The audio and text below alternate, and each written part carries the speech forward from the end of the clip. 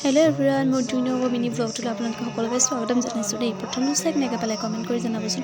আৰু আপোনালোকে এইবাৰ ৰাস চালিনে? মই হ'লে চালোঁ দেই, চালোঁ মানে এইবাৰ প্ৰথম ৰাস চাইছোঁ।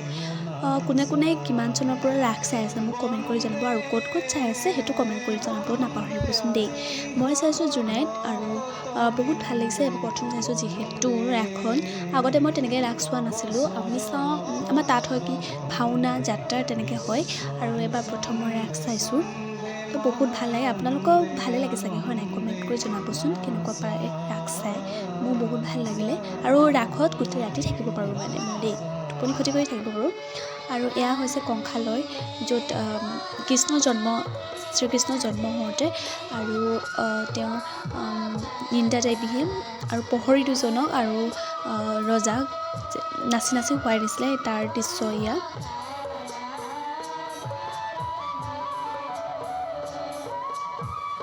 আৰু এটা কথা কৈ থওঁ, যোন নিন্দা দেৱী হৈছিলে তাই আমাৰ ভণ্টি হৈছে দেই। মোৰ ভণ্টি হৈছে মানে, নিজৰ ভণ্টি নহয়, মোৰ মামা ছোৱালী হৈছে। তাই বহুত ভাল নাচিছে চাগে ন? মই এবাৰ তাইক প্ৰথম দেখিছোঁ।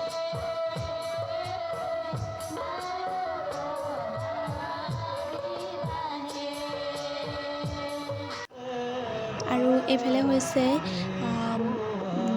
বসুদেৱে যেতিয়া শ্ৰীকৃষ্ণক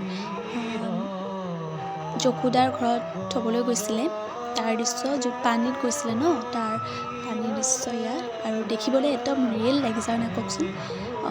সূতাটোৰ পৰা অকণমান অসুবিধা হ'ব পাৰে, কিন্তু এডজাষ্ট কৰি ল'ব দেই যেনে তেনে। আৰু এইডোখৰ হৈছে শ্ৰীকৃষ্ণই যেতিয়া পুতনাক হত্যা কৰিছিলে সেয়া দৃশ্য। আৰু ঘটনাজনী সঁচাকৈ বৰ ভয়ংকৰ হৈছিলে হয় নাই কওকচোন দেখিবলৈ। আৰু মই কিন্তু ভালকৈ চাইছোঁ, ফোনত কেনেকৈ উঠিছে সেইটো কথা জানো দেই। বেয়া উঠিছে যদিও আপোনালোকে যেনে তেনে চলি যাব আৰু হা। আৰু এয়া হৈছে যশোদাৰ ঘৰত। যশোদাই দহিমঠি আছিলে, আৰু শ্ৰীকৃষ্ণই যশোদাৰ চাৰিওফালে মানে ঘূৰি আছিলে, আৰু যশোদা আয়ে আমনি কৰি আছিলে। আৰু অকণমানি শ্ৰীকৃষ্ণ মৰম লগা পোৱালিটো বহুত ধুনীয়াকৈ নাচিছিলে হা, বহুত ভাল লাগিছিলে তাক।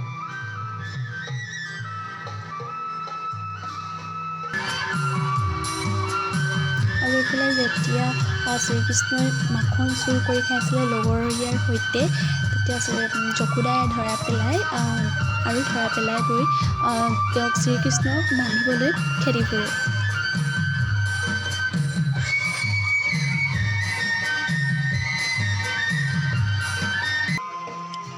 আৰু এইফালে আগৰজন হৈছে বলোৰাম আৰু পিছৰজন কৃষ্ণ, আৰু তেওঁলোকৰ লগত আৰু পাছফালে আছে তেওঁলোকৰ লগতে নাচি আছে সখাহঁত, শ্ৰীকৃষ্ণৰ সখাহঁতৰ লগত বনত নাচি আছে বৃন্দাবনত।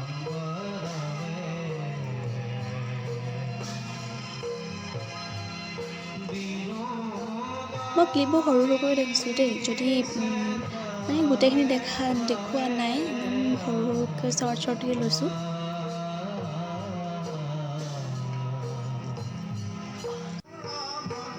আৰু শ্ৰীকৃষ্ণ ডাঙৰ হৈছিলে, আৰু ডাঙৰ হোৱা দৃশ্য এয়া। ডাঙৰ হৈ যেতিয়া নাচিছিলে শ্ৰীকৃষ্ণ।